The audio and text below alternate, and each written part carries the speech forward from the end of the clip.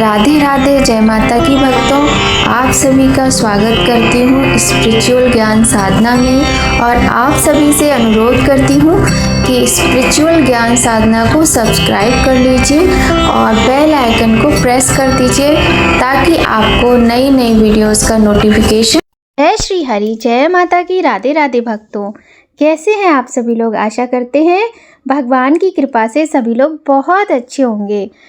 प्रिय भक्तों, वैशाख का पावन महीना चल रहा है और आज वैशाख मास का चौथा दिन है। चौथे दिन हम आपको वैशाख मास महात्म्य के चौथे अध्याय की कथा सुनाएंगे। प्रिय भक्तों, कथा बहुत ही सुंदर है, पावन है, पुनीत है। इस कथा का श्रवण करने मात्र से हमें पापों से मुक्ति मिलती है और भगवान श्री हरि माता लक्ष्मी की कृपा हमारे ऊपर होती है। किंतु भक्तों, इस वैशाख के महीने में आपको ब्रह्म मुहूर्त में उठकर स्नान करना चाहिए। सूर्योदय होने से पहले ही आप स्नान करके स्वच्छ वस्त्र पहन लीजिए और सूर्योदय होने पर सूर्य भगवान को अर्घ्य दीजिए, उनकी पूजा अर्चना कीजिए। ओम सूर्याय नमः इस प्रकार से मंत्र बोलते हुए इसके बाद तुलसी माता की जड़ में जल देते हुए ओम नमो भगवते वासुदेवाय का जाप करना चाहिए या फिर तुलसी माता के मंत्रों का उच्चारण करते हुए तुलसी माँ का पूजन करना चाहिए। तुलसी माता के समक्ष एक दीप अवश्य जलाकर रखना चाहिए। इस प्रकार से सूर्य भगवान और तुलसी माँ की पूजा करने के उपरांत आप वैशाख मास महात्म्य की कथा सुनिए, आपको अत्यंत पुण्य लाभ की प्राप्ति होगी। प्रिय भक्तों, हम जैसे भी हैं, हमारी जितनी भी सामर्थ्य है उसी के अनुसार हमें कुछ ना कुछ इस पवित्र महीने में दान अवश्य करना चाहिए। कुछ नहीं कर सकते हैं हम तो कुछ नहीं, मान लीजिए हमारे घर में कुछ फल हैं तो हम 2 केले ही लेकर दान कर सकते हैं। दान का बड़ा महत्व होता है और सबसे ज़्यादा दान में अन्न दान का महत्व होता है। यदि हो सके, ऐसा ज़रूरी नहीं होता है कि आपको बहुत ज़्यादा करना है, जितना भी हो आपके पास उतना दान करना चाहिए, आपकी जो सामर्थ्य हो। और वो भी नहीं कर सकते हैं तो सूर्य देवता को जल, सुबह जल्दी उठकर स्नान करना, तुलसी माता की पूजा करना, पीपल की पूजा करना और वैशाख मास की कथाओं का श्रवण करना। इस प्रकार यदि हम करते हैं तो हमारे घर में अन्न धन सुख समृद्धि की कोई भी कमी नहीं रहती है। प्रिय भक्तों, बहुत सारी बातें हो गई, आइए अब हम प्रारंभ करते हैं आज की अत्यंत पावन सुंदर कथा। बोलिए गणेश भगवान की जय, गौरी शंकर भगवान की जय, लक्ष्मी नारायण भगवान की जय। बोलिए वैशाख मास की जय। श्रीमन नारायण नारायण नारायण, श्रीमन नारायण नारायण नारायण, भजमन नारायण नारायण नारायण, सत्य नारायण नारायण नारायण, लक्ष्मी नारायण नारायण नारायण। प्रिय भक्तों, आज हम आपको सुनाएंगे वैशाख मास महात्म्य के चौथे अध्याय की कथा।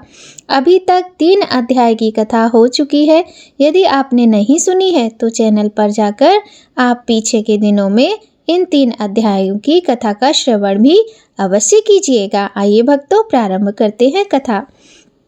नारद जी बोले, वैशाख मास में तेल मलना, दिन में सोना, कांसे के बर्तन में भोजन, खाट पर सोना, घर में स्नान, निषिद्ध भोजन, 2 बार भोजन और रात्रि काल में भोजन वर्जित है।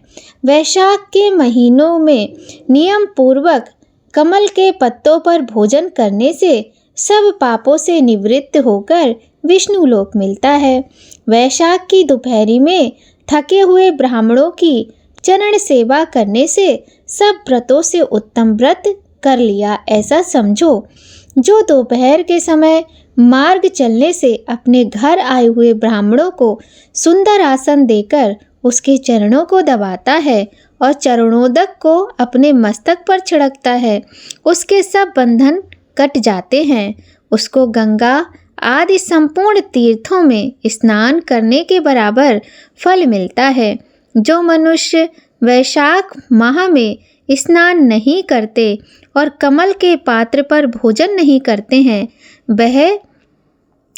वह गधे की योनि में जाते हैं और पीछे खच्चर की योनि में भी जाते हैं। जो मनुष्य हिष्ट पुष्ट रोगहीन और स्वस्थ होकर भी वैशाख में स्नान नहीं करता, वह चांडाल की योनि पाता है। हे राजन, वैशाख के महीने में मेष की संक्रांति के दिन बाहर जाकर किसी तीर्थ पर स्नान नहीं करता है, वह 100 जन्म तक कुत्ता की योनि पाता है। जो मनुष्य इस वैशाख मास को बिना स्नान किए अथवा बिना दान किए व्यतीत करता है, वह पिशाच योनि प्राप्त कर नरकों को चला जाता है। वैशाख मास में अन्नदान व जलदान न करने से पाप और दुख कभी दूर नहीं होते हैं, इसमें संशय नहीं है। वैशाख मास में नदी में स्नान करके विष्णु भगवान मन लगाकर विष्णु भगवान को ध्याना चाहिए। 3 जन्मों के संचित पाप भी ऐसा करने से नष्ट हो जाते हैं, इसमें संशय नहीं। प्रातःकाल सूर्योदय होने पर सागर से मिलने वाली नदियों में स्नान करने से 7 जन्म के पाप शीघ्र नष्ट हो जाते हैं। उषा काल में सप्त गंगा में स्नान करने से कोटि जन्म पर्यंत के पाप तुरंत नष्ट हो जाते हैं, इसमें संशय नहीं है। जाह्नवी, गंगा, कालिंदी, सरस्वती, कावेरी, नर्मदा और त्रिवेणी ये 7 गंगा कही जाती हैं। वैशाख मास में देवखात अर्थात अप्राकृत जलाशयों में स्नान करने से जन्म से लेकर उस समय तक के पाप छूट जाते हैं, इसमें संशय नहीं है। वैशाख महीने में बावड़ी में स्नान करने से बड़े से बड़े पाप भी दूर हो जाते हैं। जो घर से अलग गौ के चरण रखने की जगह के समान जल भरा हो तो वहाँ गंगा से लेकर सब नदी निवास करते हैं, यह बात निश्चित है। जो इस बात को जानता है उनको संपूर्ण तीर्थों से अधिक फल प्राप्त होता है। हे राजन, रसों में दूध अधिक है और दूध से दही अधिक और दही से घृत उत्तम है। ऐसे ही महीने में कार्तिक मास उत्तम है, कार्तिक से अधिक माघ मास उत्तम है और माघ से अधिक वैशाख मास उत्तम है। महीनों में धर्म किया जाता है, वह बड़ की बीज की तरह बढ़ता है। धन संपन्न अथवा अत्यंत दरिद्री अथवा पराधीन को भी जो वस्तु मिल जाए वह ब्राह्मण को देनी उचित है। कंद, मूल, फल, शाक, नमक, गुड़, बेर, पत्र, जल और छाछ जो वस्तु दान की जाएगी अपरिवर्तित होती जाएगी, बिना दिए ब्रह्मादि देवताओं को भी नहीं मिलेगा। दान नहीं करने से दरिद्रता आ जाती है, दरिद्री होने से पाप किया जाता है, पाप करने से नरक मिलता है। इसलिए सुख की इच्छा करने वाले को दान अवश्य करना चाहिए। कोई बड़ा मकान अच्छा सुंदर और सब सामग्रियों से शोभायमान हो, उस पर छत ना हो तो शोभा नहीं पाता है। ऐसे ही जो मनुष्य और महीनों में सब प्रकार के धर्म करता है और वैशाख में कुछ नहीं करता, उसका किया सब कुछ व्यर्थ ही है। जैसे सुलक्षणी स्त्री पिता के विद्यमान होने से ही लक्षणवती होती है, इसी तरह सभी धर्म सांगोपांग वैशाख में ना करने से व्यर्थ हो जाते हैं। जैसे दया ना होने पर सब गुण व्यर्थ हैं, वैसे ही वैशाख में धर्म किए बिना संपूर्ण क्रिया व्यर्थ है। जैसे उत्तम शाक भी बिना नमक के स्वादिष्ट नहीं लगता है, वैसे ही जो पुण्य वैशाख में नहीं किए जाते हैं वे अच्छी रीति से सेवनीय नहीं है, ना उनका कुछ फल मिलता है। जैसे किसी रूपवती स्त्री का अच्छा श्रृंगार होने पर भी बिना वस्त्र सुहावनी नहीं लगती है। ऐसे ही मनुष्य अनेक प्रकार को धर्म संबंधी क्रिया करता है, परंतु वैशाख में ना करने से सब शोभा को प्राप्त नहीं होती है। इसलिए जैसे बने वैसे प्रयत्न पूर्वक वैशाख में धर्म करना उचित है। यह बात निश्चय है। मेष की संक्रांति में मधुसूदन भगवान का ध्यान करके प्रातः काल स्नान कर और फिर विष्णु भगवान का जप करें। ऐसा न करने पर नरक मिलता है। वैशाख मास सद्य फलदायक है और इसके मधुसूदन भगवान देवता हैं। तीर्थ यात्रा, तप, यज्ञ, दान और होम आदि का फल भी इसमें अधिक होता है। इस मंत्र से मधुसूदन भगवान की प्रार्थना करें। मधुसूदन देवेश वैशाखे मेषगे खौ प्रातः स्नानम करिष्यामि निर्विघ्नं कुरु माधव।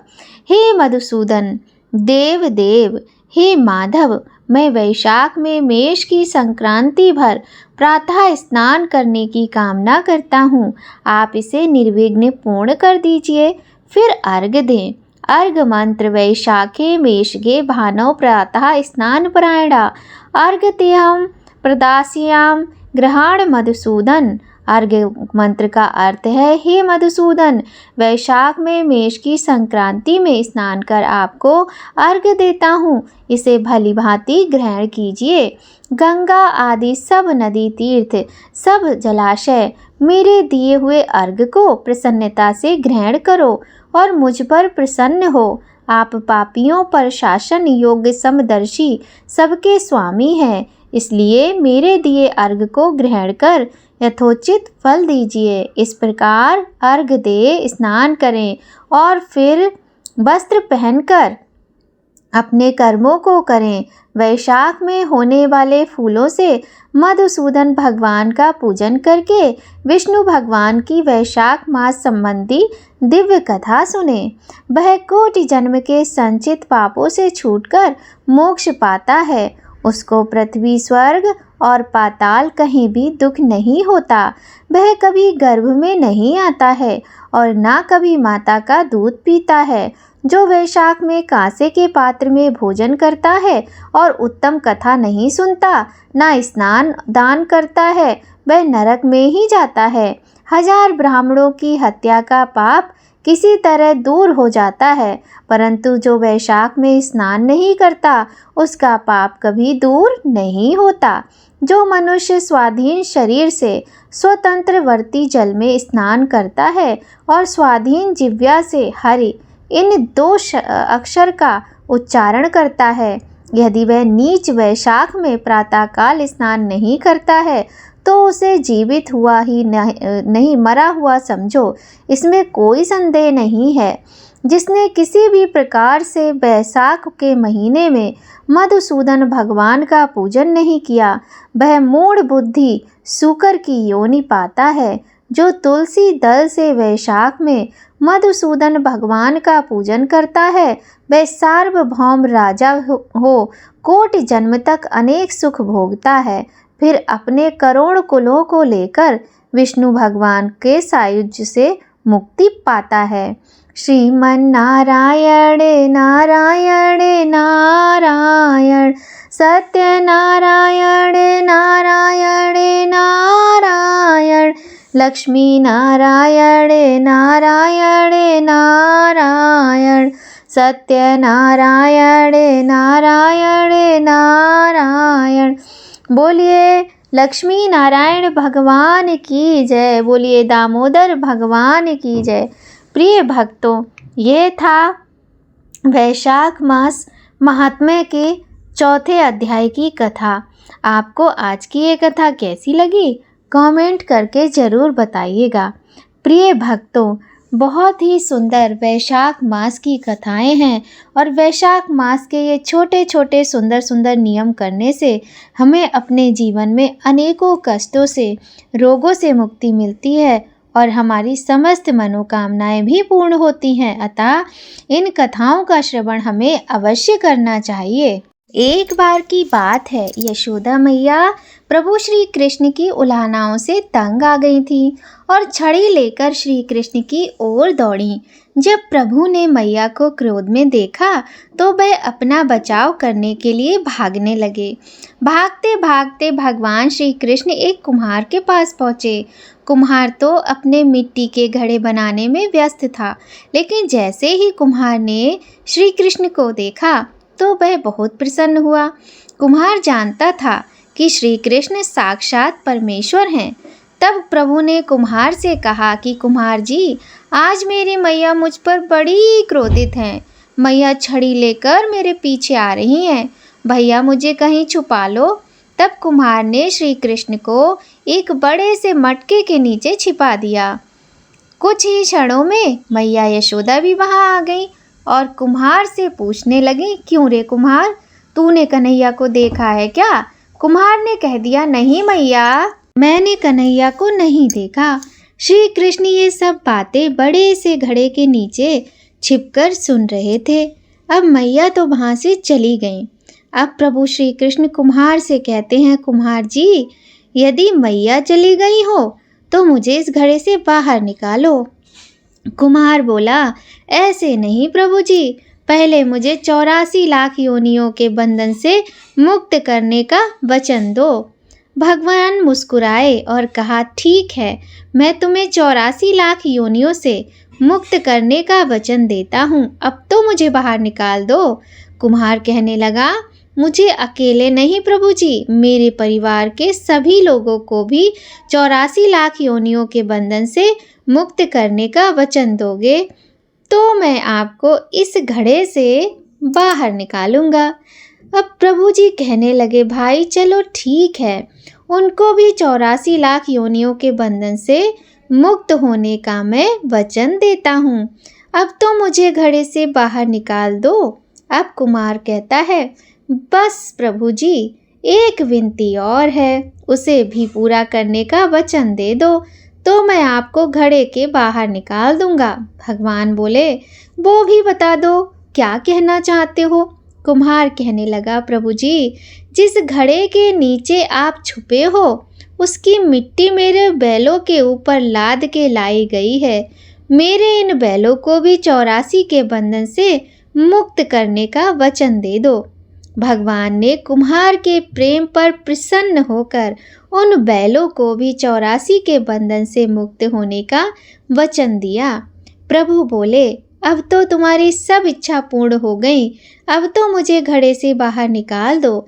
तब कुम्हार कहता है, अभी नहीं भगवान, बस एक अंतिम इच्छा और है, उसे भी पूरा कर दीजिए।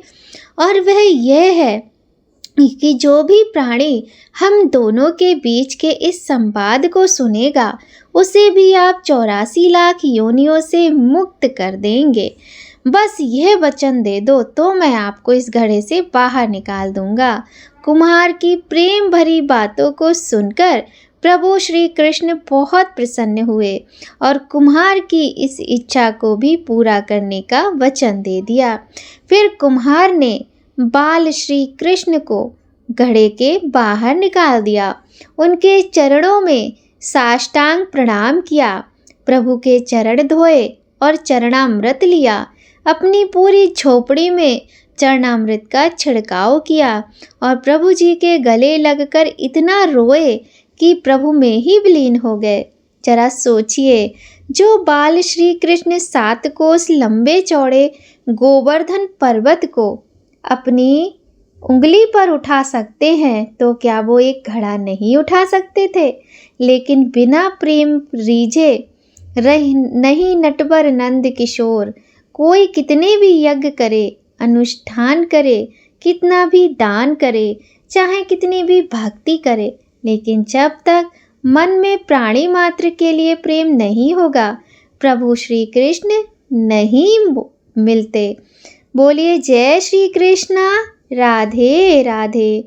श्रीमन नारायण नारायण नारायण, सत्य नारायण नारायण नारायण, श्रीमन नारायण नारायण नारायण, श्रीमन्नारायण नारायण नारायण। बोलिए श्री कृष्ण भगवान की जय। प्रिय भक्तों, कथा आपको कैसी लगी अवश्य बताइएगा। यदि अच्छी लगे तो वीडियो को लाइक ज़रूर कर दीजिएगा। आइए भक्तों, अब हम करते हैं भगवान का बहुत ही सुंदर स्तोत्र का पाठ। इस स्तोत्र का पाठ करने से हमें भगवान की कृपा प्राप्त होती है। देवी पार्वती को भगवान शिव द्वारा रचित यह ब्रजराज नंद किशोर श्री कृष्ण की चिरसंगिनी राधा जी की कृपा कथा है, अर्थात यह श्री राधा कृपा कटाक्ष स्तोत्र है।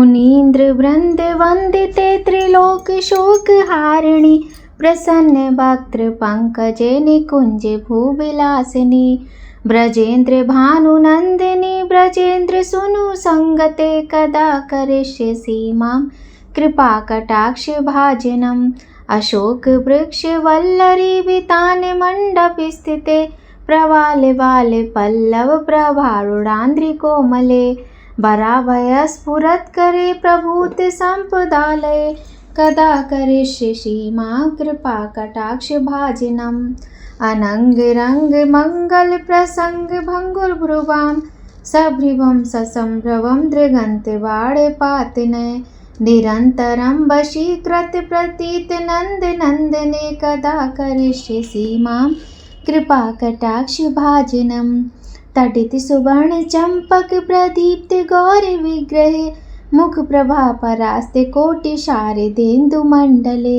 विचित्र चित्त संचरच्य कोरिशावलोचने कदा करिष्यसि मां कृपा कटाक्ष भाजनम् मदोन्मदाति यौवने प्रमोदमान मंडिते प्रियानुरागे रंजिते कला विलास पंडिते अनन्य धन्य कुंज राज्य काम केलि कोविदे कदा करिष्यसि मां कृपा कटाक्ष भाजनम् अशेष हाव भाव धीर हीर हार भूषिते प्रभूत शात कुंभ कुंभ कुंभ कुंभ सुस्तनी प्रशस्त मंद हास्य चूर्ण पूर्ण सौख सागदे कदा करिष्यसि मां कृपा कटाक्ष भाजनम् मृणाल वाले वल्लरी तरंग रंग दोलते लताग्रलास लोल नील लोन नाभ लोकने लल्लुलन मिलन मनोग मुग्ध मोहिनाश्रते